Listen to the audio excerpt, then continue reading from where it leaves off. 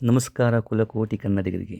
ಬನ್ನಿ ಕನ್ನಡಿಗರೇ, ಕನ್ನಡಿಗರು ಹೆಮ್ಮೆ ಪಡುವಂತಹ ಅತ್ಯಂತ ಶಿಲ್ಪ ಕಲಾಕೃತಿಗಳಿಂದ ಕೂಡಿದ, ದೇಶವೇ ಒಂದು ಸಾರಿ ತಿರುಗಿ ನೋಡುವಂತಹ ದೇವಾಲಯಗಳನ್ನು ನಿರ್ಮಾಣ ಮಾಡಿದ ಹೊಯ್ಸಳರ ಕೆತ್ತನೆಗಳಲ್ಲಿ ಅತ್ಯಂತ ಪ್ರಸಿದ್ಧಿ ದೇವಾಲಯವಾದ ದೊಡ್ಡಗದವಳ್ಳಿ ಶ್ರೀ ಲಕ್ಷ್ಮೀ ದೇವಾಲಯ ಬಗ್ಗೆ ತಿಳ್ಕೊಂಬರೋಣ.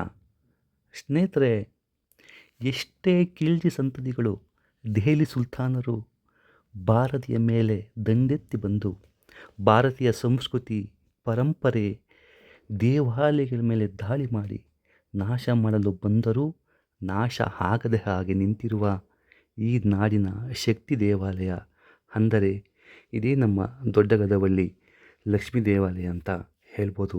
ಸ್ನೇಹಿತರೆ, ಈ ಲಕ್ಷ್ಮೀ ದೇವಾಲಯವನ್ನು ಹೊಯ್ಸಳರ ರಾಜ ವಿಷ್ಣುವರ್ಧನ ಕಾಲದಲ್ಲಿ ಅಂದರೆ ಕ್ರಿಸ್ತಶಕ 1114ರಲ್ಲಿ ಹೊಯ್ಸಳರ ಆಸ್ಥಾನದಲ್ಲಿದ್ದಂತಹ ಕಲ್ಲಣ ರಾವುತ ಎಂಬ ವ್ಯಾಪಾರಿ ನಿರ್ಮಾಣ ಮಾಡ್ತಾನೆ. ಸ್ನೇಹಿತರೆ, ಹೊಯ್ಸಳ ಪ್ರಸಿದ್ಧಿ ಅಂದರೆ ನಿಮಗೆ ಆಲ್ರೆಡಿ ಗೊತ್ತಿರುತ್ತೆ. ಶಿಲ್ಪಕಲೆಗಳಿಗೆ ಹೆಸರುವಾಸಿಯಾದಂತಹ ಈ ದೇವಾಲಯಗಳು ಒಟ್ಟು 4 ಗರ್ಭಗುಡಿಗಳನ್ನು ಈ ದೇವಾಲಯ ಹೊಂದಿದೆ.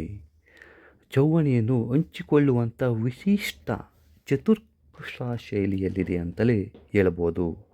ಇದು ಬೇಲೂರು, ಹಳೆಬೀಡು ದೇವಾಲಯಗಳಿಗಿಂತ ಅತ್ಯಂತ ಹಳೆಯದಾದ ದೇವಾಲಯ ಅಂದರೆ ಈ ದೊಡ್ಡಗದವಳ್ಳಿಯಲ್ಲಿ ಲಕ್ಷ್ಮೀ ದೇವಾಲಯ ಅಂತ ಹೇಳ್ಬೋದು. ಸ್ನೇಹಿತರೆ, ದೇವಾಲಯದಲ್ಲಿ ಲಕ್ಷ್ಮಿ, ಶಿವ, ವಿಷ್ಣು, ಮಹಾಕಾಳಿ ಅಂತ 4 ಗರ್ಭಗುಡಿ ಅತ್ಯಂತ ಶಕ್ತಿಶಾಲಿಯಾದಂಥ ದೇವತೆಗಳನ್ನು ನಾವಿಲ್ಲಿ ಕಾಣ್ತೀವಿ.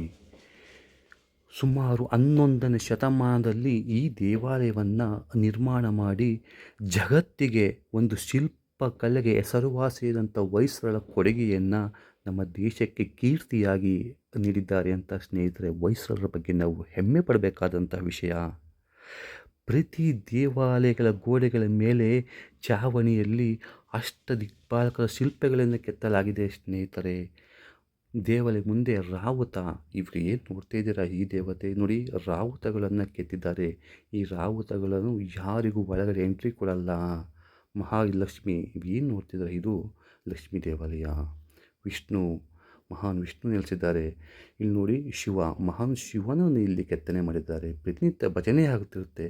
4 ಗರ್ಭಗುಡಿಯಲ್ಲಿ ಒಂದೇ ಸಭಾಮಂಟಪವನ್ನು ನೀವು ಇಲ್ಲಿ ಸೂಕ್ಷ್ಮವಾಗಿ ಗಮನಿಸಬೇಕಾಗಿರೋ ವಿಷಯ. ಸ್ನೇಹಿತರೆ, ನೋಡಿ, ಒಂದು ಕೆರೆಯ ಪಕ್ಕದಲ್ಲಿ ಈ ದೇವಾಲಯವನ್ನು ನಿರ್ಮಾಣ ಮಾಡಿದ್ದಾರೆ. ಅತ್ಯಂತ ವಿಶಾಲವಾಗಿದೆ.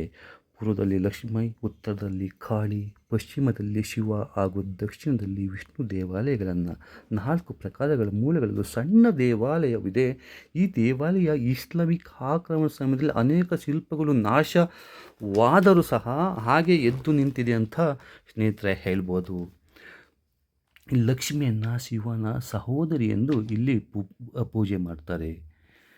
ನೋಡಿ, ಎಷ್ಟು ಅದ್ಭುತವಾದ ಕೆತ್ತನೆಯನ್ನು ನಾವಿಲ್ಲಿ ನೋಡ್ತೀವಿ ಅಂದರೆ ಪದ ಕಲ್ಲನ್ನು ಉಪಯೋಗಿಸಿ ಈ ದೇವಾಲಯಗಳನ್ನು ನಿರ್ಮಾಣ ಕಾರ್ಯವನ್ನು ಯಶಸ್ವಿಯಾಗಿ ಮುಗಿಸಿಕೊಟ್ಟಿದ್ದಾರೆ ಅಂತ ಹೇಳ್ಬೋದು. ಸ್ನೇಹಿತರೆ, ಎಲ್ಲ 9 ದೇವಾಲಯಗಳನ್ನು ನಾವು ಈ ದೇವಾಲಯದಲ್ಲಿ ನೋಡ್ತೀವಿ. ಒಟ್ಟು 9 ಪಿರಮಿಡ್ ಆಕಾರ ದೇವಾಲಯಗಳಿದೆ. ಉತ್ತರ ಭಾರತೀಯ ಶೈಲಿಯ ನಾಗರ ಶಿಖರದಲ್ಲಿ ಬಹುಶಃ ಮಹಾರಾಷ್ಟ್ರದ ಪ್ರಭಾವದಿಂದಾಗಿ ಈ ದೇವಾಲಯ ಒಂದು ನಿರ್ಮಿತ ಆಯಿತು ಅಂತ ಸ್ನೇಹಿತರೆ ಹೇಳ್ಬೋದು. ಕದಂಬರ ನಾಗರ ವಾಸ್ತುಶಿಲ್ಪವನ್ನು ಈ ದೇವಾಲಯ ವಿವರಿಸ್ತದೆ. ಹೊಯ್ಸಳರು 10-11ನೇ ಶತಮಾನದಲ್ಲಿ ಒತ್ತಿಗೆ ದ್ರಾವಿಡ ಮತ್ತು ನಾಗರ ಶೈಲಿಯಲ್ಲಿ ಸಂಯೋಜಿತ ವಿಶಿಷ್ಟವಾದ ವಾಸ್ತುಶಿಲ್ಪದ ಶೈಲಿಯಲ್ಲಿ ಅಭಿವೃದ್ಧಿಪಡಿಸಿರುವಂತಹ ದೇವಾಲಯ ಇದು. ನಕ್ಷತ್ರಾಕಾರದ ರಚನೆಗಳು ಇದರ ಪ್ರಮುಖ ಲಕ್ಷಣ. ಮಹಾಭಾರತದಂಥ ಪ್ರಕಾರ ಕಥೆಗಳು, ವಿವರವಾದ ವಿವರಣೆಗಳನ್ನು ಈ ದೇವಾಲಯ ಹೇಳುತ್ತದೆ.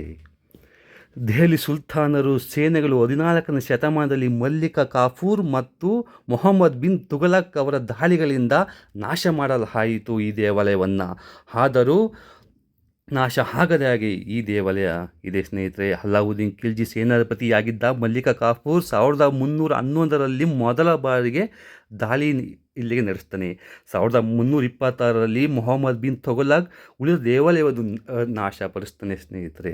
ಆದರೂ ಈ ದೇವಾಲಯ ಇಂದಿಗೂ ಕೂಡ ಹಾಗೆ ನಿಂತಿರುವುದು ನಮ್ಮ ಹೆಮ್ಮೆಯ ವಿಷಯ ಸ್ನೇಹಿತರೆ.